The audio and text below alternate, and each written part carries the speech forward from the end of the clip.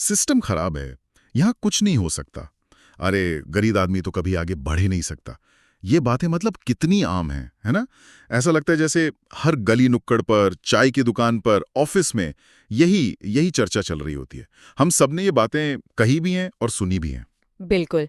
ये एक तरह का नेशनल पास टाइम बन गया है सिस्टम को कोसना। हाँ, और देखिए आज हमारे सामने जो स्रोत सामग्री है, वो एक ऐसा विचार रखती है जो शायद बहुतों को थोड़ा अटपटा लगे। ये कहना कि सिस्टम कुछ नहीं, सोच ही सब कुछ है, ये एक बहुत बड़ा दावा है। बहुत बड़ा। ये तो सारी जिम्मेदारी उठाकर सीधा हमारे ही कंधों पर डाल देता है। तो चलिए आज इसी दावे की परतें खोल कर देखते हैं कि ये कितना खरा उतरता है। बिल्कुल। और आज हमारा मकसद सिर्फ ये बताना नहीं है कि स्रोत क्या कह रहा है, बल्कि ये भी पड़ताल करनी है कि ये विचार कहाँ तक प्रैक्टिकल है। क्या ये मतलब हर हालात में हर इंसान पर लागू होता है? सही। कहाँ इसकी सीमाएं हो सकती हैं? क्योंकि अक्सर ऐसे बड़े विचारों में जो छुपी हुई बारीकियां होती हैं, उन्हें समझना ही सबसे जरूरी होता है। तो इसी से शुरू करते हैं। स्रोत का सबसे पहला और बड़ा तर्क ये है कि ये सिस्टम ये कोई बाहर की चीज नहीं है, कोई आसमान से गिरा हुआ पत्थर नहीं है। ये तो हमसे और हमारी सोच से बना है, मेरी सोच से, आपकी सोच से, हम सबकी सोच से। सही। स्रोत कहता है कि जब तक हर कोई ये सोचता रहेगा कि मैं अकेला क्या कर सकता हूं, तब तक तो सिस्टम वैसा का वैसा ही रहेगा। बिल्कुल, वो वहीं का वहीं खड़ा रहेगा। लेकिन बदलाव की असली शुरुआत तब होती है जब कोई एक व्यक्ति, सिर्फ एक, ये तय करता है कि मैं बदलूंगा। हाँ, ये विचार जो है ये सामूहिक चेतना, जिसे हम कलेक्टिव कॉन्शियसनेस कहते हैं, उस सिद्धांत पर आधारित है। अच्छा। इसका मतलब ये है कि जिसे हम सिस्टम कहते हैं वो असल में समाज के ज्यादातर लोगों के जो विश्वास हैं, उनकी आदतें हैं, उनके काम हैं, उनका मिला जुला नतीजा। हाँ, बस उन्हीं का एक मिला जुला नतीजा है। ये कोई अदृश्य शक्ति नहीं है जो हम पर राज कर रही है। ये हम ही है। लेकिन यहाँ एक सवाल मेरे मन में आता है। पूछिए। क्या सबकी सोच का वजन बराबर होता है? मतलब एक आम नागरिक जो बस अपना काम कर रहा है उसकी सोच, और एक पॉलिसी बनाने वाले मंत्री या एक बड़े उद्योगपति की सोच, क्या दोनों का सिस्टम पर असर एक जैसा होता है? ये बहुत अच्छा सवाल है, और यही वो बारीकी है जिसकी मैं बात कर रही थी। स्रोत इस पर सीधे तौर पर तो बात नहीं करता, लेकिन इसका जवाब है नहीं, बिल्कुल नहीं। जाहिर है कि जिसके पास ज्यादा शक्ति या संसाधन है, उसकी सोच और उसके फैसलों का असर सिस्टम पर कई गुना ज्यादा होता है। लेकिन स्रोत का तर्क शायद ये है कि जो लोग सत्ता में हैं वो भी तो उसी सामाजिक सोच के महासागर से निकले हैं। अच्छा, मतलब वो भी इसी समाज का हिस्सा है। बिल्कुल। अगर समाज की बुनियादी सोच में ही बदलाव आने लगे तो आज नहीं तो कल वो बदलाव सत्ता के गलियारों तक भी पहुंचेगा।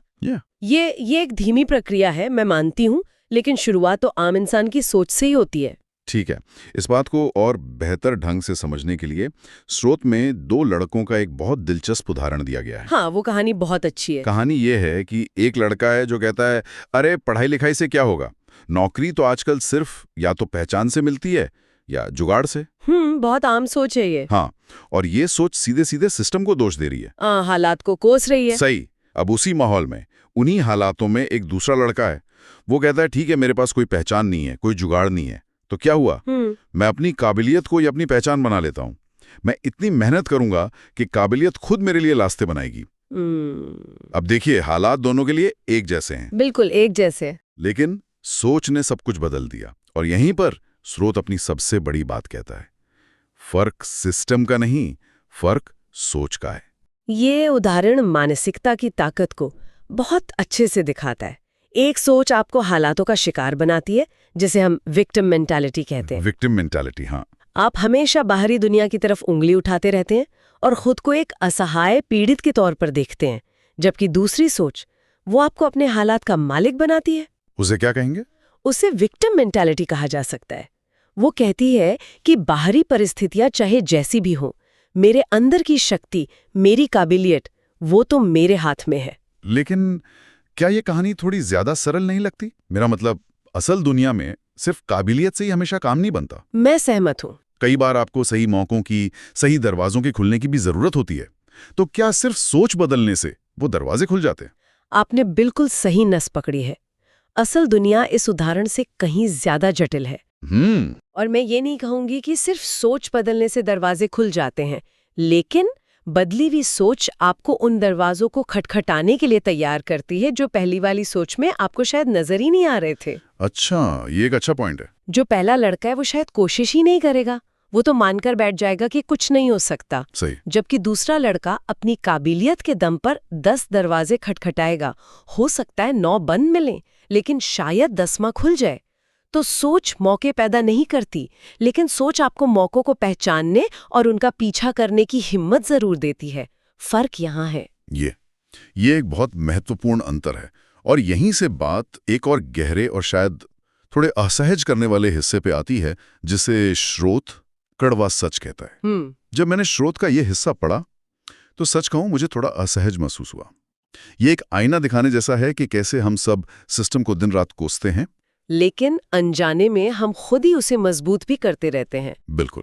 स्रोत इसके बहुत सीधे और सच्चे उदाहरण देता है। जैसे हम सब कहेंगे कि रिश्वत लेना और देना गलत है, ये पाप है, ये देश को खोखला कर रहा है। हाँ, भाषण तो सब देते हैं। लेकिन जैसे ही हमारा कोई अपना काम कहीं फंसता है, ट्रैफिक पुलिस पकड़ लेती है या कोई फाइल अटक जाती है, तो हम खुद ही धीरे से जेब में हाथ डालकर काम निकलवाने की कोशिश करते हैं। ये तो रोज की बात है। हम कहते हैं कि सिस्टम भ्रष्ट है, लेकिन जैसे ही हमें कोई फायदा उठाने का मौका मिलता है, कोई शॉर्टकट नजर आता है, हम उसे लपक लेते हैं और फिर शाम को दोस्तों के साथ बैठकर कहते हैं, क्या करें यार, सिस्टम ही खराब है। ये व्यवहार मनोविज्ञान का एक क्लासिक उदाहरण है, जिसे संज्ञानात्मक असंगति या कॉग्निटिव डिसोनेंस कहते हैं। Cognitive dissonance? हाँ, हम अपने मूल्यों कि रिश्वत गलत है और अपने कामों, रिश्वत देना, के बीच के अंतर को कम करने के लिए बहाने बनाते हैं। और सबसे अच्छा बहाना सिस्टम ही खराब है।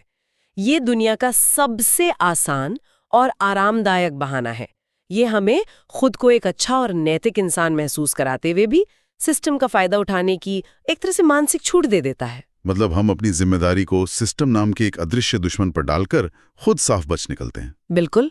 तो हम एक तरह से उस समस्या का हिस्सा बन जाते हैं जिसका हम समाधान ढूंढ रहे हैं। हाँ। लेकिन अगर ये इतना साफ है तो हम इस चक्र को तोड़ते क्यों नहीं? क्योंकि चक्र तोड़ना मुश्किल है, इसमें मेहनत लगती है, शॉर्टकट छोड़कर लंबे रास्ते पर चलना पड़ता है। सही बात है। ट्रैफिक पुलिस को रिश्वत देने की बजाय चालान कटवाना और पूरी प्रक्रिया से गुजरना ज्यादा मुश्किल है ना? बहुत मुश्किल है। स्रोत यही कह रहा है कि हम उस मुश्किल रास्ते को चुनना ही नहीं चाहते, और अपनी इस कमजोरी को छिपाने के लिए हम सिस्टम के खराब होने का पर्दा ओढ़ लेते हैं। तो अगर हम और आप सिस्टम का हिस्सा हैं, तो फिर बदलाव कैसे आएगा? इसके लिए स्रोत हमें इतिहास की तरफ देखने को कहता है।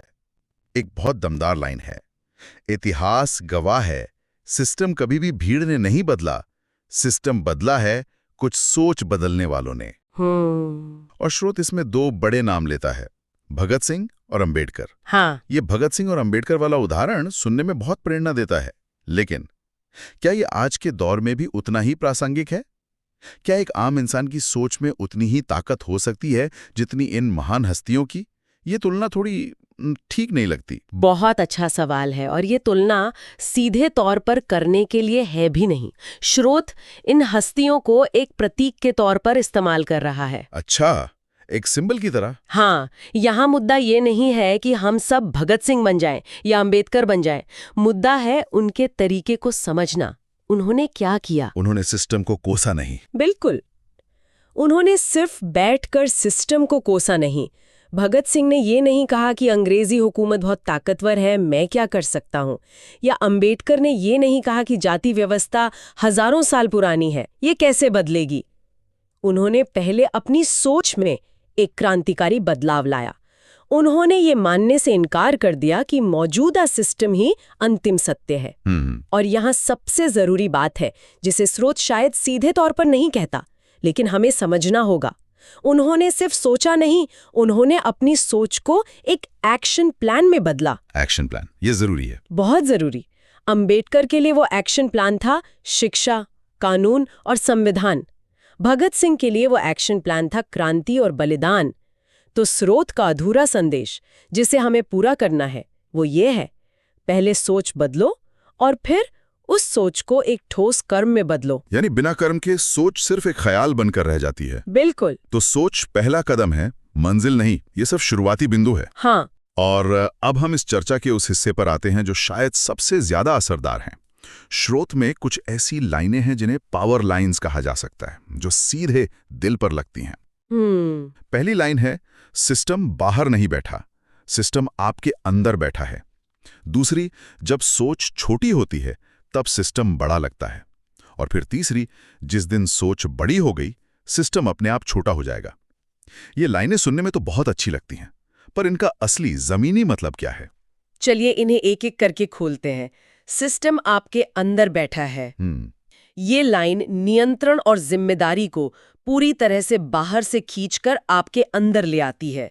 ये कहती है कि बदलाव का रिमोट कंट्रोल आपके हाथ में है, किसी और के नहीं। जैसे जब ट्रैफिक सिग्नल लाल होता है तो उसे तोड़ना या उसके हरे होने का इंतजार करना, ये फैसला सिस्टम नहीं लेता। ये फैसला आप लेते हैं? हाँ, आप लेते हैं। जब आप कूड़ा सड़क पर फेंकते हैं या डस्टबिन में डालते हैं, ये फैसला आपके अंदर का सिस्टम लेता है।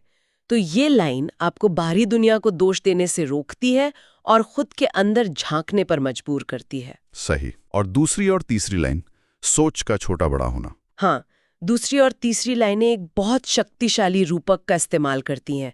सोच बड़ी होने का मतलब सिर्फ पॉजिटिव सोचना या बड़े बड़े सपने देखना नहीं है। तो फिर क्या है? इसका मतलब है अपनी जिम्मेदारी का दायरा बड़ा करना। जब आप कहते हैं सड़क पर कूड़ा है, सरकार कुछ नहीं करती, ये छोटी सोच है क्योंकि आपने जिम्मेदारी बाहर फेंक दी। अच्छा।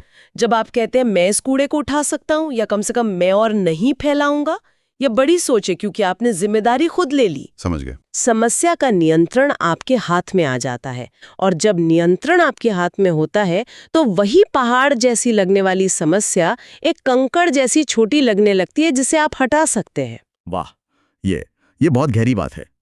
तो आज की इस पूरी बातचीत को अगर हम समेटें तो हमने एक बड़े और कुछ हद तक विवादास्पद दावे से शुरुआत की कि सिस्टम कुछ नहीं, सोच ही सब कुछ है। फिर हमने इसकी परतों को कुरेद कर देखा। हमने समझा कि सिस्टम हमारी सामूहिक चेतना से बनता है, लेकिन ये भी माना कि सबकी सोच का वजन बराबर नहीं होता। सही। हमने दो लड़कों की कहानी के जरिए देखा कि सोच का फर्क कैसे नतीजों में अंतर ला सकता है, लेकिन ये भी समझा कि असल दुनिया में सिर्फ सोच ही काफी नहीं है। उसे कर्म में बदलना पड़ता है। हाँ। फिर हमने उस कड़वे सच का सामना किया कि कैसे हम सिस्टम को कोसते हुए भी उसी का हिस्सा बने रहते हैं।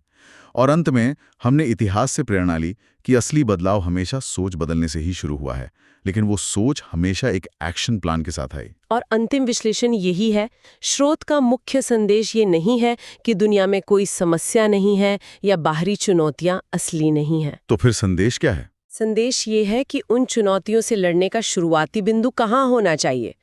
क्या हमें बाहर लड़ना शुरू करना चाहिए या पहले अपने अंदर? स्रोत पूरी ताकत से कह रहा है कि असली लड़ाई पहले अंदर लड़ी जाती है। आज सिस्टम से मत लड़ो, आज अपनी सोच से लड़ो। लड़ाई का मैदान बाहर नहीं, पहले अपने अंदर तैयार करना है। और इसके लिए स्रोत कुछ एक्शन पॉइंट्स भी देता है। हाँ, बहुत साफ एक्शन पॉइंट्स देता है। बहाने छोड़ो, जिम्मेदारी लो, खुद को मजबूत बनाओ। ये एक तरह से व्यक्तिगत सशक्तिकरण का एक आह्वान है। बिल्कुल। और आज की इस बातचीत को खत्म करने से पहले मैं सुनने वालों के लिए एक विचार छोड़ना चाहूंगी जो इसी स्रोत पर आधारित है। जरूर। ये स्रोत हमें व्यक्तिगत सोच बदलने के लिए कहता है, लेकिन सोचिए अगर कल को 1000 लोग अपनी सोच बदलकर ये तय कर लें कि वो ट्रैफिक सिग्नल नहीं तोड़ेंगे, तो क्या उस शहर का ट्रैफिक सिस्टम अपने आप थोड़ा बेहतर नहीं हो जाएगा? हो जाएगा, बिल्कुल हो जाएगा। अगर 1,00,000 लोग सोच बदल लें कि वो रिश्वत नहीं देंगे, तो क्या भ्रष्टाचार का सिस्टम थोड़ा कमजोर नहीं पड़ेगा? यकीनन पड़ेगा। शायद असली सवाल ये नहीं है कि सोच और सिस्टम में से कौन ज्यादा ताकतवर है। शायद सच ये है कि बहुत सारी बदली हुई व्यक्तिगत सोच जब एक साथ आती है तो वही नए और बेहतर सिस्टम की नींव बन जाती है।